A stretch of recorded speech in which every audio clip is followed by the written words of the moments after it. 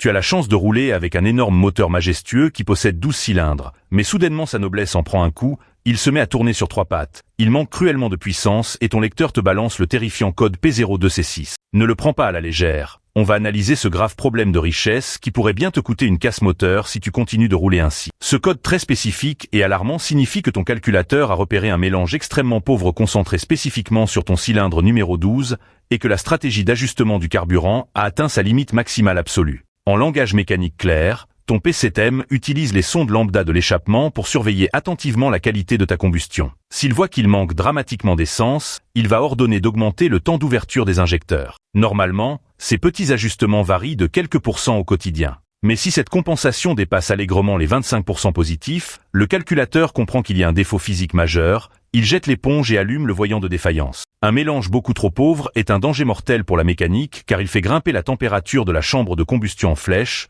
au point de pouvoir littéralement percer ou faire fondre un piston en pleine charge. Les suspects numéro 1 dans ce genre de scénario catastrophe sont souvent une énorme prise d'air non mesurée sur le collecteur d'admission, un injecteur complètement colmaté par les impuretés ou grillé électriquement, ou plus rarement une pompe à essence qui n'envoie plus la pression nécessaire. Avant de démonter la moitié de ta baie moteur, ouvre grand tes oreilles avec le moteur au ralenti. Si tu entends un sifflement prononcé près des tubulures, tu as trouvé ta fameuse fuite de dépression. Inspecte toutes les petites durites en plastique qui cuisent avec la chaleur. Si tu n'entends absolument rien, concentre toutes tes recherches sur l'injecteur du cylindre numéro 12. Regarde d'abord s'il suinte le carburant, puis pose la pointe d'un stéthoscope de mécanicien directement sur son corps métallique. Tu dois impérativement entendre un cliquetis franc, rapide et hyper régulier. S'il reste désespérément silencieux, tu devras sortir ton DVOM pour vérifier s'il reçoit bien sa tension de batterie continue et surtout son impulsion de masse hyper rapide venant du calculateur. Si l'ordre arrive bien mais que la pièce ne claque pas, son remplacement immédiat est inévitable pour sauver ton bloc.